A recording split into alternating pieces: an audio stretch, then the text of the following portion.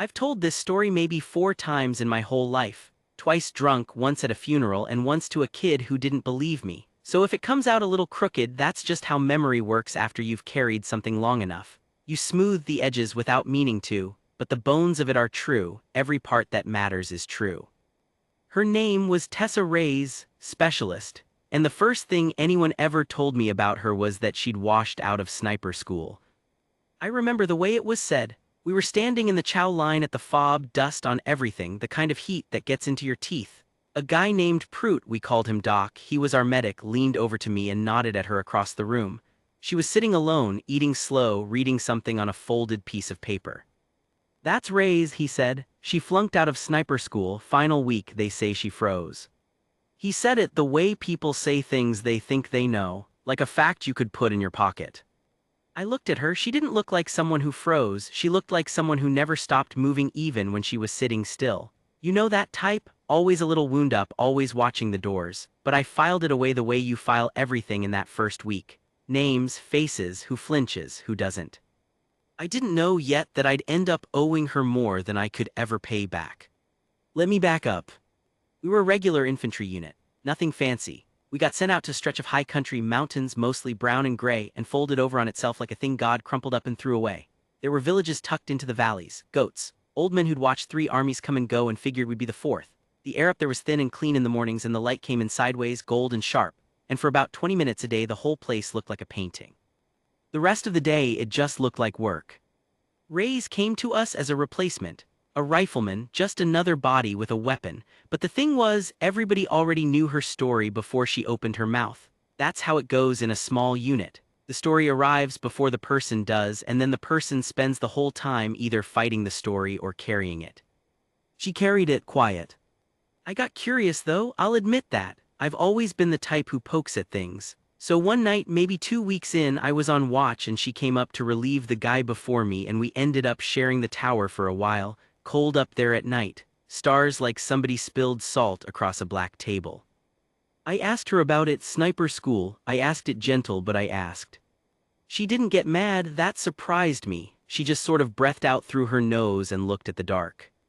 "You wanna know the truth?" she said. "Everybody's got a version. The version is I froze, that I couldn't pull the trigger." She paused. "That's not exactly it." "What's exactly it?" She was quiet for a second. When she talked again, her voice had gone lower, like she was telling it to the mountains instead of to me. "I was good," she said. "I want you to understand that. Not good for a girl, not good for whatever. I was the best shot in my class. Cold bore, first round, I could put it where it needed to go almost every time. The math came easy to me. Wind, drop, all of it, I liked it. It was the first thing in my life that ever felt like mine." "So what happened?"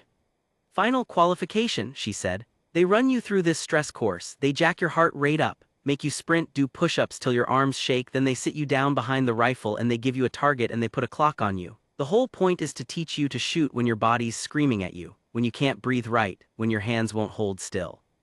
She turned the paper over in her hands. I realized it was the same folded paper I'd seen her with in the chow hall, soft at the creases from being opened too many times. "Target popped up," she said. "And I had it, I swear to you I had it. The reticle was right where it needed to be, and then she stopped. I held a beat too long, maybe a second, maybe a little more, and in that place a second is everything. The instructor, Vance, he failed me right there, pulled me off the line, said something I still hear sometimes." "What'd he say?" She did an imitation of him, flat, hard voice. "Shooters don't think, Reyes, shooters act. You think too much, you'll get somebody killed."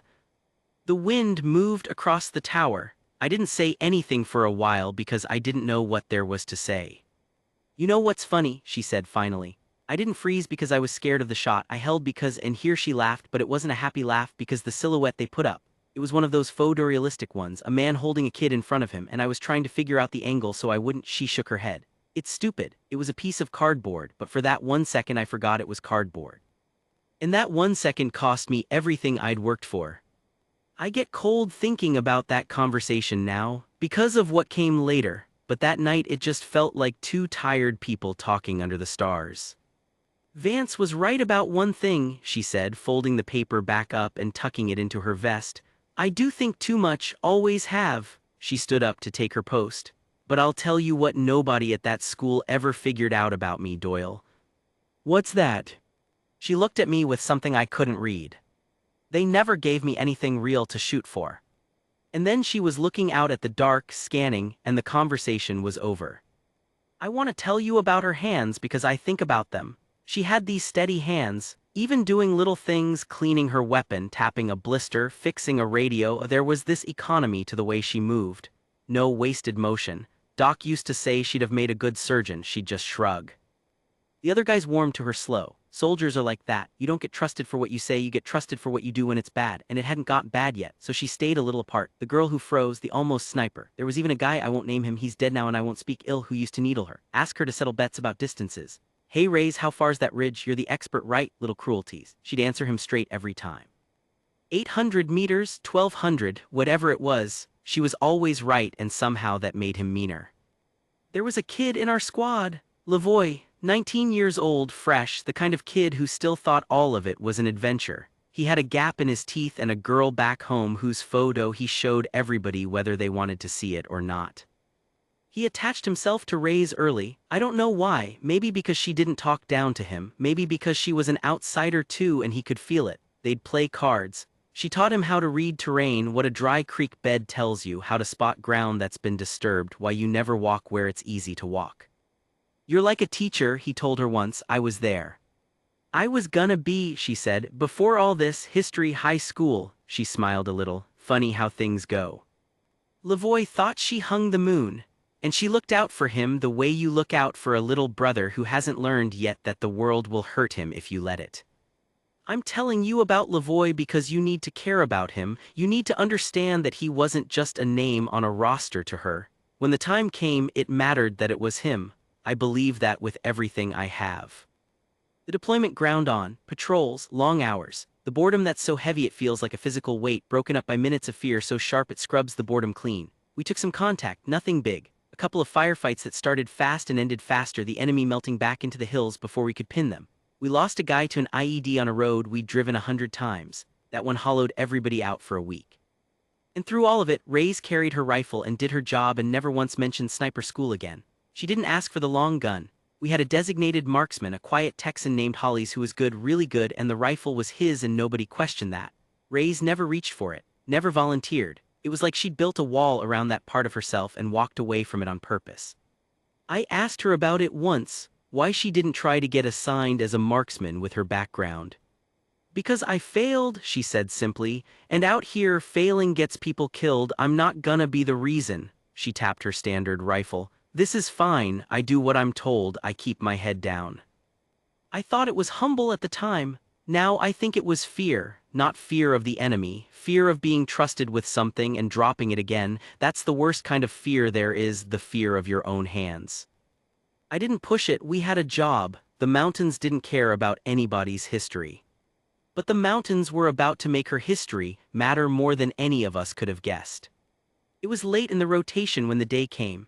The day I still see when I close my eyes. We'd gotten word of a meeting, some local power broker, a man who'd been playing both sides, was supposed to come down to a village in the valley to talk.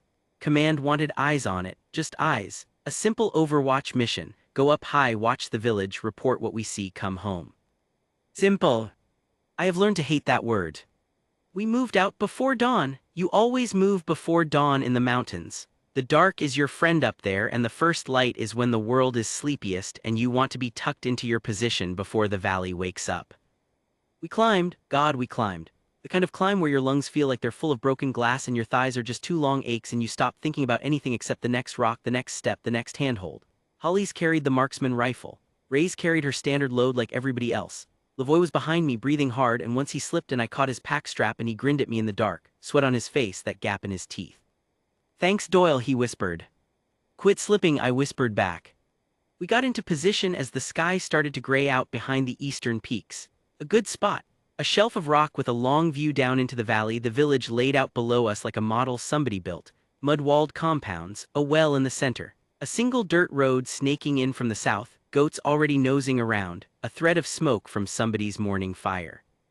Distance to the village center by Hollies' range finder was about 900 meters, long way, but we weren't there to shoot, we were there to watch. The sun came up and did its painting trick, gold light pouring down the valley walls. For a few minutes it was beautiful, the way it always was, and then it was just hot and bright and we settled in to wait. We waited a long time. The meeting was supposed to happen mid-morning. Mid-morning came and went. Hollis watched the road through his scope. I worked the radio. Ray's was on glass too. She had a spotting scope, just doing her part, calling out anything that moved. Her voice was calm and even. 2 men by the well, a truck coming up the south road, slow, kids, a woman carrying water. Around noon it changed. The truck that had come up the road stopped at the edge of the village. Men got out, more than we expected, and they weren't dressed like farmers. There was a way they moved, spread out, weapons low but ready, the body language of men who do violence for a living. I'd seen it enough times to feel it in my stomach before my brain caught up. "That's not a meeting," Holly said quietly, "that's a setup." I was already on the radio calling it in. Command told us to hold, observe, do not engage. There were friendlies somewhere in the area, another small element we were told doing their own thing, but the picture was muddy. It's always muddy. Somebody 50 miles away looking at a screen telling you to wait while you're the one with eyes on the actual ground. Then everything happened fast. The men from the truck moved into the village and they weren't gentle about it. We watched them pull people out of compounds, watched them herd a small cluster of villagers toward the well. There was shouting we couldn't hear from that distance, just the shapes of it. A man fell down and got dragged. It was the kind of thing you watch through a scope from 900 meters and feel utterly, sickeningly useless. "Doyle," Holly said, his voice had changed. "Doyle, look at the north edge past the wall." I swung my binos, and my whole body went cold. There was a soldier down there, one of ours or one of the friendlies, the other element. He was on the ground at the north edge of the village near a low mud wall and he wasn't moving right, wounded. His element must have gotten ambushed coming in from the other side. There was a body near him that wasn't moving at all. And standing over the wounded man was one of the armed men from the truck, and he had a rifle, and he was looking down at our guy the way you look at something you've already decided to kill. I want you to understand the geometry of it. The wounded soldier was maybe 1,200 meters from us. The village center, where the rest of the armed men were, was closer. The angle was bad. There was a crosswind sliding down the valley, you could see it in the dust. In the way the smoke from the morning fire bent, and there were villagers everywhere, innocent people scattered between us and everything. Hollis got on his rifle, he was the marksman, this was his shot. He settled in and I could hear him breathing, steadying, doing the math, 1,200 meters, crosswind, downhill angle. And then he swore, soft and vicious. "I don't have it," he said. "The wall's in my line. I can see the target but I can't get a clean angle from here the way this shelf sits. I'd have to move and there's no time and the wind's pushing. Doyle, I don't have it." I looked through my binos again and my heart just dropped because down there the armed man had raised his rifle and our wounded soldier had lifted one arm, just one arm, a pathetic small gesture trying to ward off what was coming. And I knew we were about to watch a man die and there was nothing we could do. And then I heard Ray say, very quietly, "I have it." I turned, she had crawled up beside Holly's, she wasn't on the marksman rifle. She was on her own weapon, her standard rifle, the one nobody thought twice about, and she was looking through her optic and her whole body had gone into a kind of stillness I'd never seen on a human being before. It was like watching water go flat, everything about her settled. "I have the angle," she said. "From here, 2 meters left of you, the wall drops, I have him." Hollis looked at her. There was a half second where the old story hung in the air between everybody. The girl who froze, the one who washed out, the one who held a beat too long and got told she'd get somebody killed. Raise, somebody started. "Give me the call or don't," she said, calm, not cold, just absolutely level, "but it's now." I think about that moment more than any other, because here's the thing about Raise that the school never understood. They'd put her in front of cardboard and a clock and told her none of it was real, and her mind, the mind that wanted to be a history teacher, the mind that saw a man holding a child even when it was just a picture, that mind couldn't lie to itself. It couldn't pretend. She held that beat because some part of her refused to treat a human shape as nothing. But this was real. There was no clock telling her it was a test. There was a wounded man with his arm up and a rifle pointed at him and 1,200 meters of bad wind in between, and the calculation in front of her wasn't an abstraction. It was the most real thing in the world. She didn't think too much now, or maybe she thought exactly the right amount, faster than any of us could follow. Wind, drop, angle, spin, drift, all of it pouring through her in the space of a breath. The math she said had always come easy, the math that felt like the first thing in her life that was hers. Holly's made the call, he had to, there wasn't anyone else. "Take it," he said, "take the shot." I had my B-nose on the target, I'm grateful for that and I'm haunted by it. I saw the whole thing. The armed man down there, his rifle leveled at our soldier. The little ward-off gesture from the man on the ground, the dust bending in the wind. I heard Ray's breathe out, slow, all the way out the way you do, emptying your lungs so your body goes quiet at the bottom. And in that last second, the second that had cost her everything in another life, she did not hold. The shot cracked off the shelf and rolled down the valley and came back to us off the far wall a second later, doubled, like the mountain itself had something to say about it. Through my B-nose, 1,200 meters away, I watched the armed man drop. Just drop.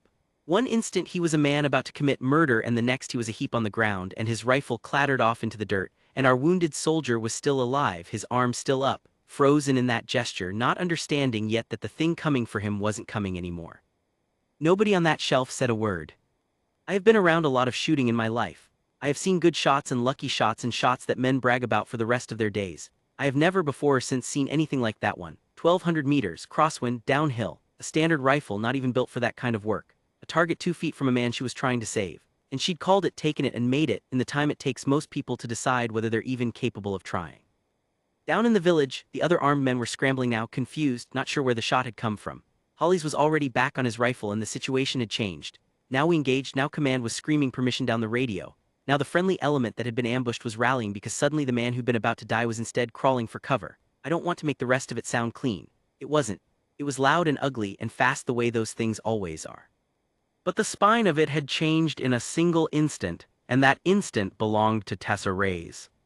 We got our people out, the wounded soldier, he lived.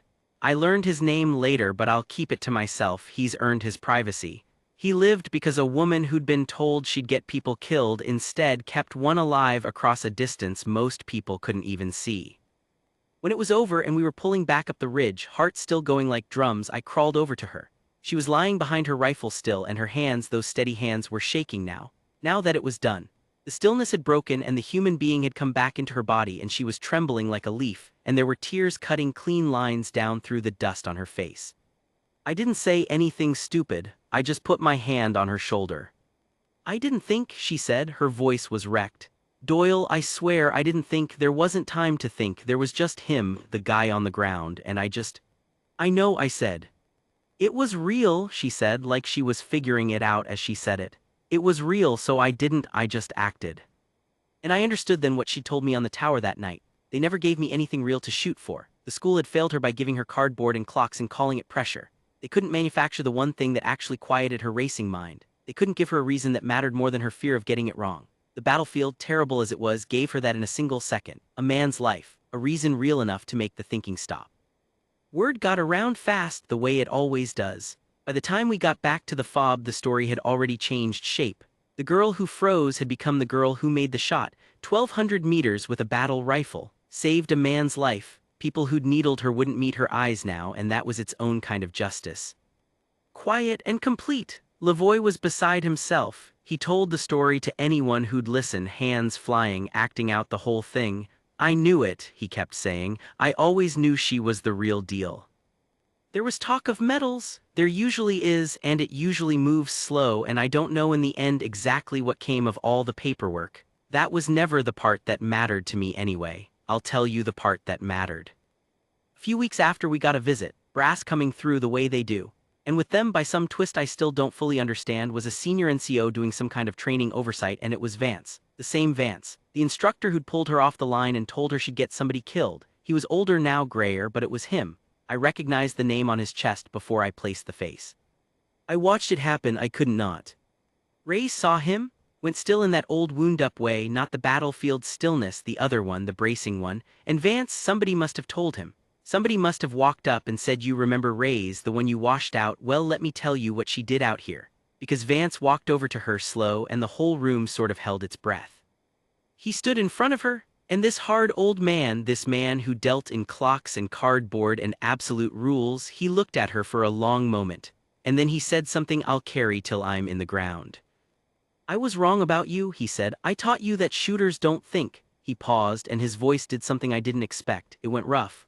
But the truth is, the best ones think about exactly the right thing at exactly the right time, and they think about whether it's worth it. I trained that out of better soldiers than me. I shouldn't have tried to train it out of you. Reyes didn't say anything. She just nodded once. But I saw her hand drift up to her vest, to the pocket where she kept that folded piece of paper, soft at the creases from being opened too many times. And later, much later, I found out what was written on it. It was her washout evaluation, the official paper that ended her time at sniper school. She'd carried it the whole deployment, every day, folded against her chest, and down at the bottom in Vance's own hard handwriting was that line, "You think too much, you'll get somebody killed." She kept it not to torture herself. I asked her finally. She kept it because every single day it reminded her of exactly the kind of soldier she didn't want to be. The kind who stops caring whether the shape and the scope is a person. She decided somewhere in herself that if thinking too much was her sin, then she'd be guilty of it forever, and she'd just have to find the one moment where it became a virtue instead. She found it 1,200 meters, crosswind, downhill, one round.